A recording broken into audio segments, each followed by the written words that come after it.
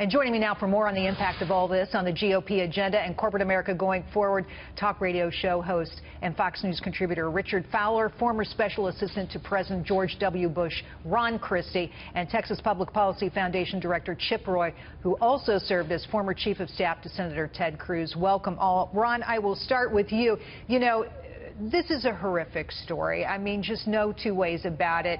And I mean, I don't want to downplay the horrific events over the weekend or the responses thereof, but we're going to focus tonight on the agenda going forward. And it's hard not to look at this and think, how does the president move forward on anything, tax reform, even a budget, with this occupying the headlines?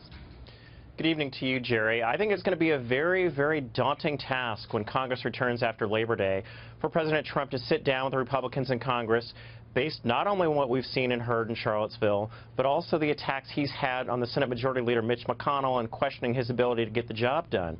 The president needs legislative victories, and of course, in order for him to get those, he needs the Congress to work with him. There are a lot of members I've spoken to, particularly moderates, who feel very, very skittish about being too closely aligned with the president.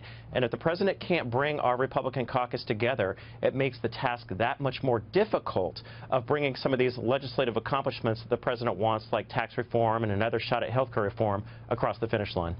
Richard Fowler, how do you view this? I mean, is the president by himself now? I mean, a critical contingent here, business, corporate America, no longer behind him.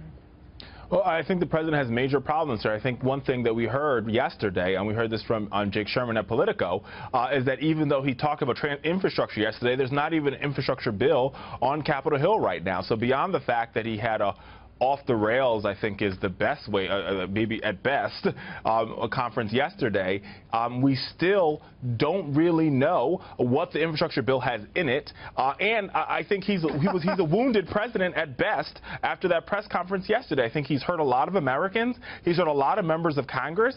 I think you saw the tweets move fast and furiously from moderates in his own party saying, Mr. President, the language you use, the rhetoric and language you used yesterday are hurting my constituents, and I can't stand by you. Let's go to some sound from Jeff Sessions, the Attorney General, about what he has to say on this entire topic. Listen to this. And in no way can we accept or apologize for racism, bigotry, hatred, violence, and those kind of things that too often arise in our country. So, Chip, why can't the president talk like that?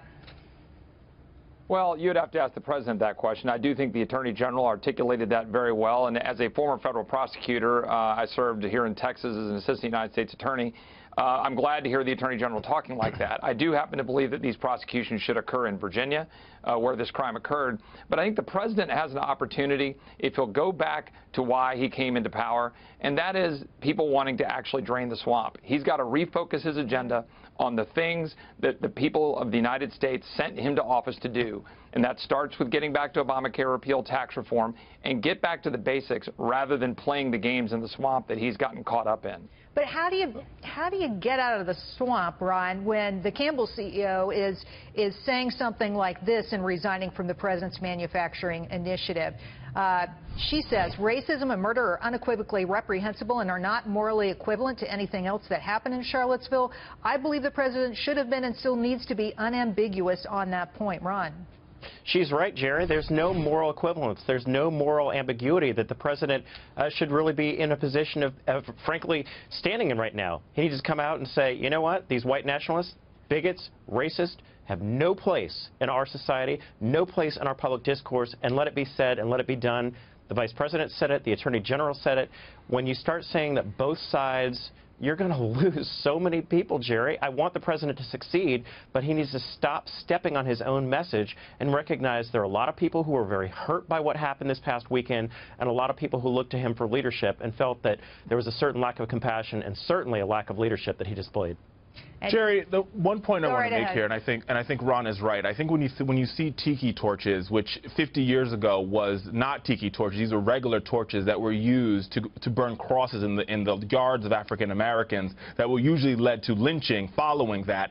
I don't think the president can go back anymore. I don't think he can redo. He can't reset any longer. He had 3 times to do this, and he got it wrong 3 times. I think he's out here. And so I'm not really sure what he's going to do to rebuild faith with the African-American community. I'm not sure what he's going to do to rebuild faith with the Jewish community. I think it's a done deal on this one. And I think that's going to really hamstring his agenda moving forward. Well, and you make a very interesting point.